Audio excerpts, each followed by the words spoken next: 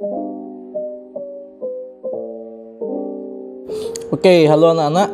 Kembali lagi di pembelajaran tematik bersama Mr. Yohan. Nah, kali ini kita sudah sampai di akhir dari tema 5, yaitu di subtema 3. Ya, di subtema 3 ini kita akan membicarakan tentang keseimbangan ekosistem. Nah, untuk materi hari ini kita akan mempelajari beberapa hal. Di antaranya kita akan mencoba menemukan kosakata serta mencari maknanya. Kemudian kita juga akan melengkapi peta pikiran. Kemudian kita juga akan belajar tentang hubungan rantai makanan dengan jaring-jaring makanan. Ya. Kemudian kita juga akan belajar membuat pertanyaan pada teks non-fiksi. Kemudian kita juga akan mempelajari tentang ide penciptaan gerak tari dan properti tari. Serta kita juga akan mempelajari tentang pengaruh perubahan lingkungan terhadap keseimbangan ekosistem. Nah, oke, pada materi yang pertama yaitu tentang menemukan kosakata serta melengkapi peta pikiran. Nah, kosakata itu biasanya maknanya kita dapat cari di sebuah buku yang bernama KBBI, ya, Kamus Besar Bahasa Indonesia. Jadi anak-anak bisa menemukan KBBI itu sekarang di Google, ya, ketik aja KBBI, nanti muncul dah dia suatu web yang bernama kbbi.go.id. Nah, di situ anak-anak bisa mencari makna kata-kata yang anak-anak anggap susah atau yang anak-anak belum pernah dengar artinya apa. Nah, cara mencari kata-kata atau kosakata yang baru itu, ya, itu dapat dilakukan dengan membaca dengan seksama.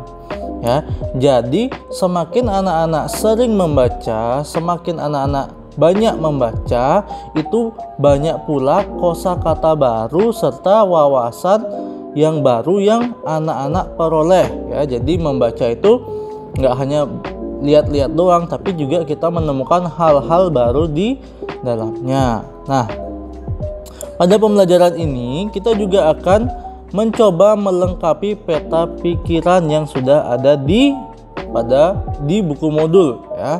Jadi di situ ada peta pikiran yang belum lengkap, ya, belum berisi informasi yang lengkap. Kita akan melengkapinya. Oke, di sini anak-anak kita coba ya untuk menemukan kosakata baru, ya, di bacaan pelestarian secara in situ dan ex situ. Ya, di sini anak-anak bisa baca, ya, Mister bacakan. Hewan dan tumbuhan termasuk makhluk hidup. Pelestarian hewan dan tumbuhan merupakan usaha untuk melindungi hewan dan tumbuhan agar tidak punah. Pelestarian hewan dan tumbuhan dilakukan agar manusia dapat memenuhi kebutuhannya.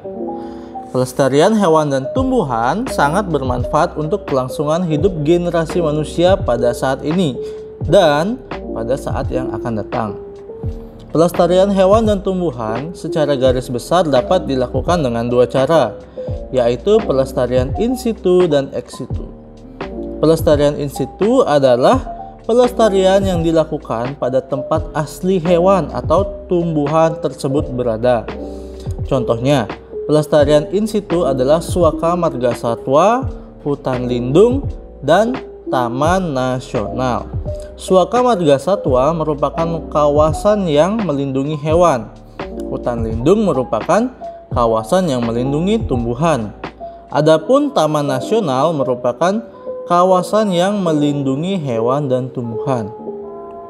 Pelestarian ex situ adalah pelestarian yang dilakukan di luar tempat tinggal aslinya. Hal itu dikarenakan hewan dan tumbuhan kehilangan tempat aslinya.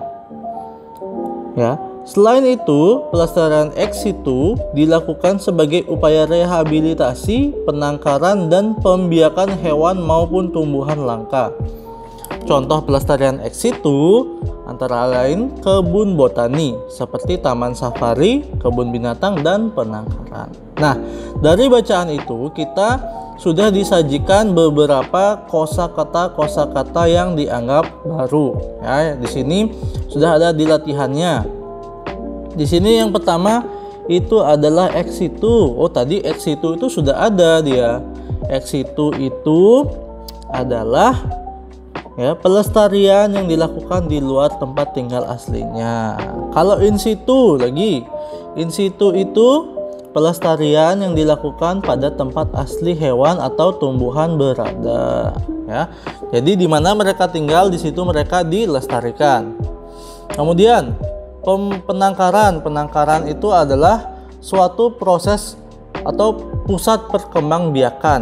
Ya, kalau pembiakan itu adalah proses menghasilkan organisme baru supaya organisme lama itu tidak punah.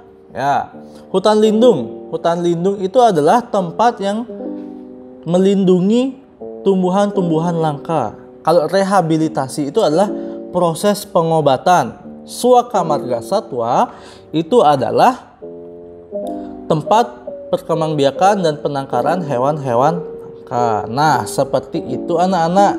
Contoh kosakata yang baru dan maknanya. Ya, itu Mister ambil maknanya dari Kamus Besar Bahasa Indonesia. Nah, di sini ada sebuah peta pikiran yang rumpang, ya, yang belum lengkap informasinya. Nah, di sini kita akan mencoba melengkapi peta pikiran tersebut. Nah, di sini ada judul teksnya. Ingat yang di tengah-tengah itu selalu dia judul teks atau bacaannya. Nah, kita coba dari kiri dulu. Di sini disebutkan penyebab perlunya pelestarian hewan dan tumbuhan. Oh, apa ya penyebab perlunya pelestarian hewan dan tumbuhan? Di bacaannya ya dibilang bahwa kelestarian tumbuhan itu sangat penting bagi generasi penerus. Ya. Nah, di sini dibilang penyebab perlunya pelestarian hewan dan tumbuhan. Berarti di sini bisa kita jawab penyebabnya itu adalah supaya ya Mr. Stabiloin, supaya ini bisa bermanfaat untuk kelangsungan hidup generasi manusia pada saat ini dan pada saat yang akan datang, ya. Nah, di sini juga bisa dijawab dengan supaya manusia bisa memenuhi kebutuhannya, itu juga boleh, ya.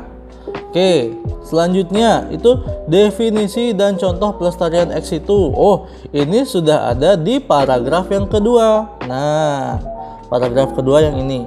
Ya, ini bisa anak-anak rangkum di sini, ambil inti-intinya aja. In situ adalah pelestarian yang dilakukan di tempat asli. Kalau ex situ di luar tempat aslinya. Contoh, kalau in situ itu suaka marga satwa. Kalau ex situ itu taman safari. Kemudian definisi dan contoh. Nah, ini sama juga ya. Ini ada di paragraf kedua. Nah, seperti itu anak-anak cara melengkapi peta pikiran. Nah, di sini kalau kita ingin melestarikan itu bisa kita dengan cara tidak melakukan perburuan liar. Ya. Nah, karena apa? Jika kita melakukan perburuan liar, maka akan terjadi ketidakseimbangan ekosistem. Nah, keseimbangan ekosistem itu ada beberapa unsur-unsur di dalamnya, yaitu yang sudah kita pelajari kemarin, rantai makanan. Rantai makanan itu adalah proses makan-memakan antar individu di dalam suatu ekosistem. Nah, kalau kumpulan dari beberapa rantai makanan itu disebut jaring-jaring makanan. Nah, di sini contoh rantai makanan, ini namanya rantai makanan. Kalau yang ini namanya jaring-jaring makanan. Jadi produsen ini bisa dimakan oleh lebih dari satu makhluk hidup. Bisa dimakan oleh ulat, bisa dimakan oleh belalang, bisa dimakan oleh tikus. Nah, tikus ini juga bisa dimakan oleh elang, bisa dimakan ular. Nah, seperti itu ya. Seperti itu contoh cara membaca jaring-jaring makanan. Nah, jaring-jaring makanan itu juga bisa kita jabarkan ke dalam rantai makanan ya. Kita tuliskan seperti ini. Rumput, dimakan belalang, belalang dimakan katak, katak dimakan elang. Nah, itu kita sudah dapat satu contoh rantai makanan. Lagi nih, Mister kasih lagi contoh. Ya, ini pohon dimakan ulat, ulat dimakan ayam, ayam dimakan elang. Nah, seperti itu. Atau ayam juga bisa dimakan ular. Nah, seperti itu cara membaca rantai makanan. Ingat, lihat aja. Cara membaca jaring-jaring makanan. Ingat, lihat aja kemana dia panahnya. Ya, berarti yang panahnya menuju arah sini, berarti yang dia itu dimakan oleh makhluk hidup yang ini. Nah, seperti itu ya. Oke. Sekarang kita lanjut ke membuat pertanyaan dari teks non-fiksi. Nah, sudah Mister katakan di video-video sebelumnya, untuk membuat suatu pertanyaan yang gunanya untuk mencari informasi penting, itu kita bisa menggunakan kata tanya adik Simba ya. Adik Simba itu contohnya apa? Nah, ini kita ambil contoh dari kata tanya siapa ya. Kata tanya siapa itu dia biasa menanyakan orang ya. Di sini contohnya, siapa yang bertanggung jawab menjaga keseimbangan ekosistem. Nah, seperti itu contohnya. Oke. Nah, lanjut ke ide penciptaan gerak tari dan properti tari. Nah, di sini kemarin kita sudah belajar tentang pola lantai dan properti. Nah, di sini Mister mau kasih tahu, tarian itu adalah gerakan dari seluruh anggota tubuh yang selaras dengan bunyi musik iringannya ya. Bunyi musik iringan itu diatur oleh irama yang sesuai dengan maksud dan tujuan tari itu ya.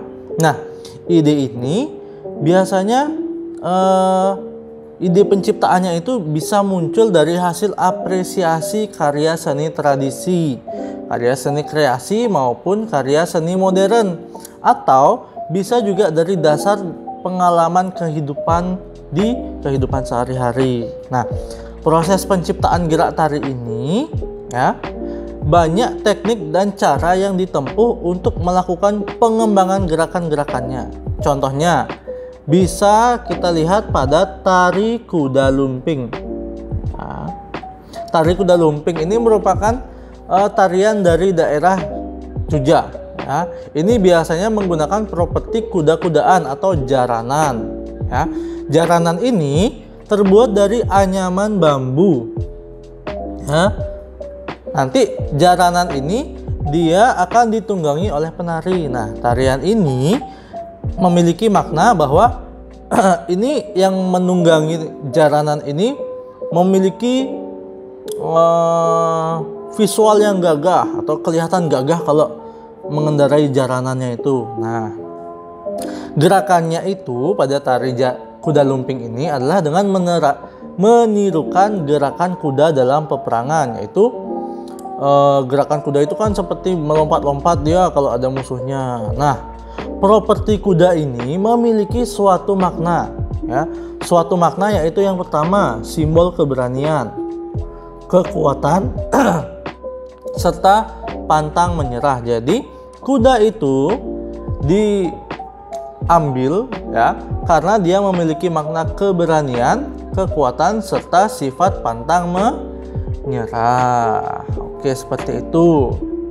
Nah, tadi kita sudah belajar tentang bacaan in situ dan ex situ ya.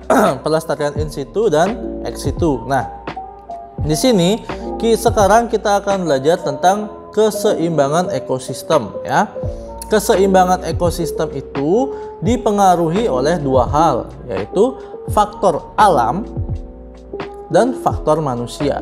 Nah, yang dimana keseimbangan ekosistem dapat terganggu oleh faktor alam, contohnya karena ada bencana alam seperti gunung berapi, banjir, tanah longsor, kebakaran hutan, badai atau tsunami. Ya, Keseimbangan ekosistem itu bisa terganggu apabila salah satu komponen di ekosistem itu mengalami kerusakan atau punah ya. Jadi bencana alam dan lain-lain ini bisa mengakibatkan ketidakseimbangan ekosistem karena dia merusak tempat-tempat atau membunuh hewan yang ada di dalam ekosistem itu. Nah, sekarang, jika dilihat dari faktor manusia, itu manusia memiliki banyak faktor yang bisa mengganggu keseimbangan ekosistem. Yang pertama, penebangan dan pembakaran hutan, perburuan liar,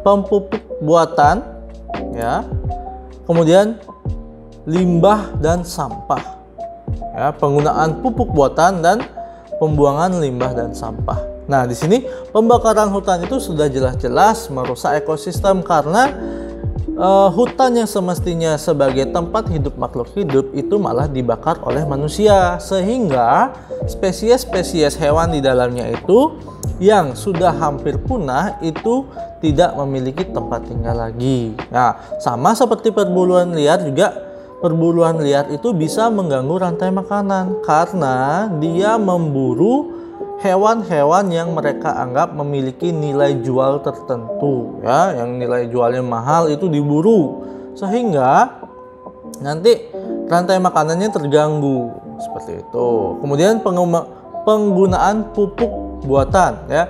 Di sini pupuk buatan itu pupuk yang memiliki zat-zat kimia yang dapat merusak tanah. Jika zat-zat kimia itu digunakan secara berlebihan, maka tanah itu bisa menjadi tanah yang rusak dan tidak baik lagi untuk tempat hidup makhluk hidup, ya. Kemudian pembuangan limbah dan sampah. Pembuangan limbah dan sampah ini sudah jelas-jelas merupakan suatu pencemaran lingkungan yang dimana tidak berdampak pada hewan dan tumbuhan saja, tetapi juga berdampak pada manusianya sendiri. Nah, sekian dulu pembelajaran pada video kali ini, ya. Mister harap anak-anak bisa mengerti dan sudah cukup jelas dengan apa yang Mister jelaskan, ya. Nah, untuk latihannya, anak-anak bisa kerjakan latihan di halaman 52, ya. 52 itu kerjakan nomor 1, 2, dan 3. Nanti anak-anak foto dan kirimkan ke Mister Yohan dan Miss Maria. Oke, sekian saja video kali ini. Terima kasih. Semoga anak-anak sehat semua. Tuhan Yesus memberkati.